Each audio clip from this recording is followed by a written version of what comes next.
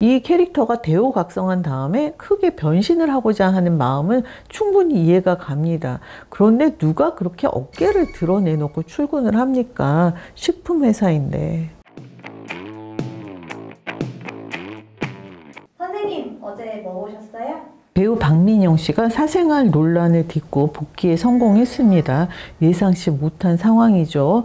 연일 화제성 지수 1위를 기록 중이에요. TVN 내 남편과 결혼해죠. 작품으로도 인물로도 단연 1위입니다. 중간에 다시금 이게 부정적인 논조의 기사가 또 나왔는데 별 영향을 받지 않더라고요.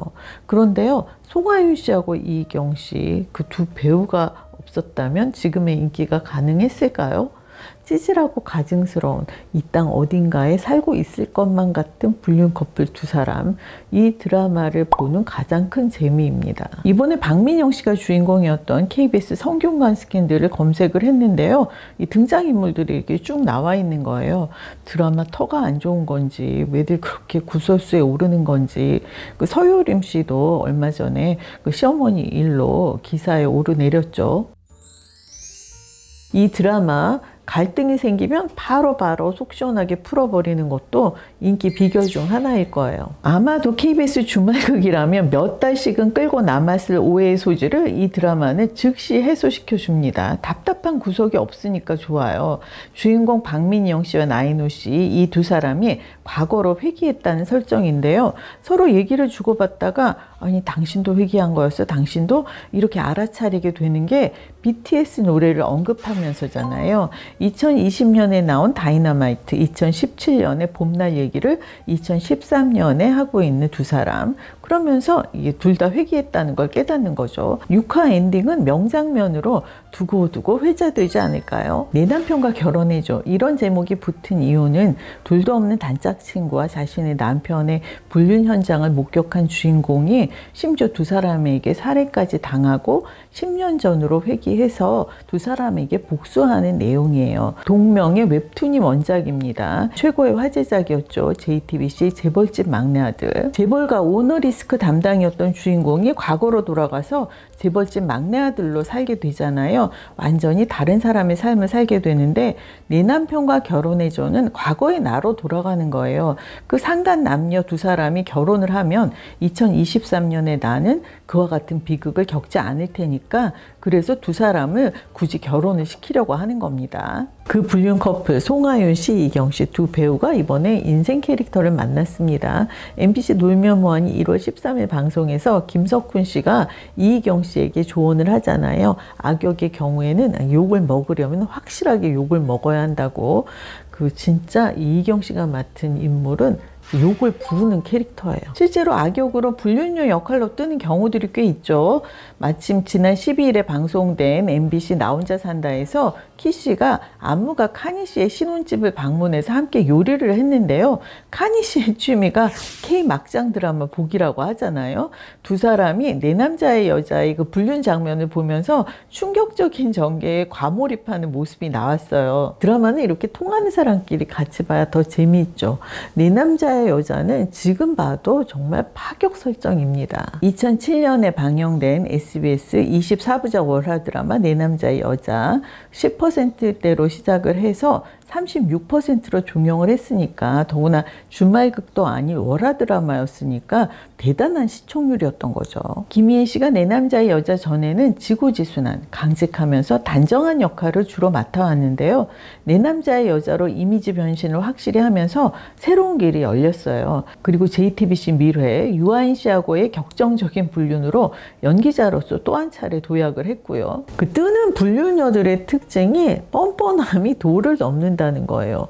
그래서 뭐 네 남편이랑 그랬다 어쩔래 이런 식이잖아요. 내 남자의 여자에서의 그 화영이의 뻔뻔함은 자기 엄마의 영향을 많이 받았더라고요.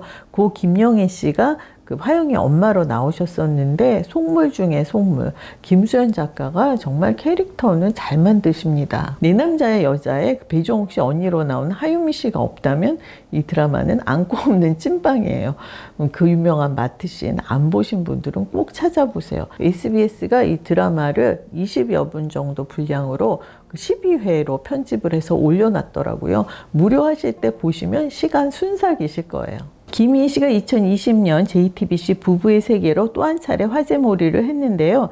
여기에 그 뻔뻔한 불륜녀로 한소희 씨가 나오잖아요. 여다경. 극 중에서 김희애 씨의 남편인 박해준 씨와 바람이 나는 캐릭터로 이 드라마 한 편으로 한소희 씨는 일약 스타가 됐습니다. 김희애 씨가 맡은 지선우가 마냥 착하고 정직한 인물은 아닌데요. 입체적인 인물 묘사를 김희애 씨가 잘하더라고요. 미래에서도 그랬고요. TV조선 나의 해피엔드에서 소희연 씨가 맡은 역할도 그 절친의 남편과 바람이 나는 설정입니다. 그러니까 김희애 씨, 송하윤 씨하고 같은 설정인데 소희연 씨의 경우는 별 반응이 없잖아요.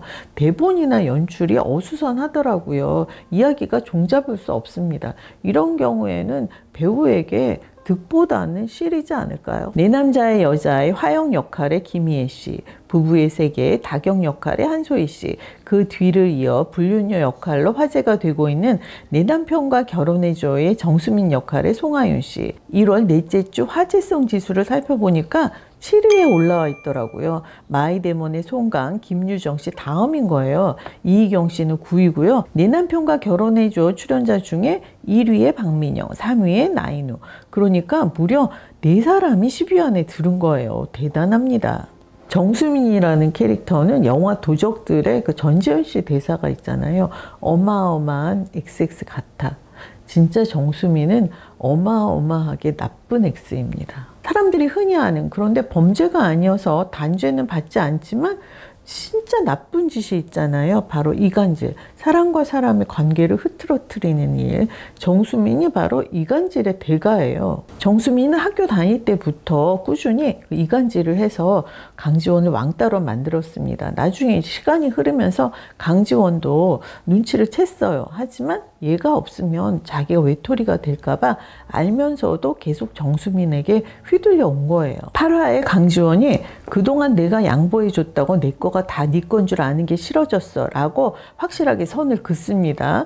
그 말에 정수민이 뭐라고 답을 하느냐 하면 네가 먼저 양보해줘서 내가 이렇게 된 거잖아. 네 탓이잖아 하더라고요. 앞으로의 그 정수민의 행보는 점입가경일 거예요. 송하윤 씨가 주목을 받기 시작한 게 2017년작 KBS 쌈 마이웨이죠. 그리고 2020년작 MBC 에브리원의 제발 그 남자 만나지 마요. 이 드라마도 그렇고 주로 순둥순둥한 역할을 맡아왔습니다. 그런데 이번 역할 정말 변신이 놀랍습니다. 이게 생활 연기처럼 느껴지잖아요. 진짜 성격이 그런 게 아닐까 싶을 정도로 정말 그런 애들 있잖아요. 살면서 보면. 송하윤, 이희경 두 배우가 없었다면 이 드라마가 지금과 같은 인기는 누리지 못했을 것 같다. 왜 그렇게 생각하느냐 하면요. 박민영 씨하고 나인우 씨, 이기광 씨의 그 삼각구도 러브라인이 있는데요. 어떻게 해도 케미가 살지 않더라고요. 이기광 씨가 맡은 백은호도 고교 시절부터 강지원을 짝사랑해온 거 아닌가요? 근데 이기광 씨는 보면 박민영 씨의 한참 동생처럼 느껴지더라고요. 배우의 사생활과 극중 역할을 별개로 봐야 하는데 이번 경우에는 그게 영 쉽지 않네요. 그리고 지난번에 김유정 씨하고 이세영 씨의 그 극중 옷차림 센스가 아쉽다 이런 말씀을 드렸는데요. 박민영 씨도 마찬가지더라고요. 대호 각성 후에 변신을 하고 싶은 마음은 100번 1000번 이해가 가지만 누가 그렇게 어깨 한쪽을 드러내놓고 출근을 합니까? 식품회사인데.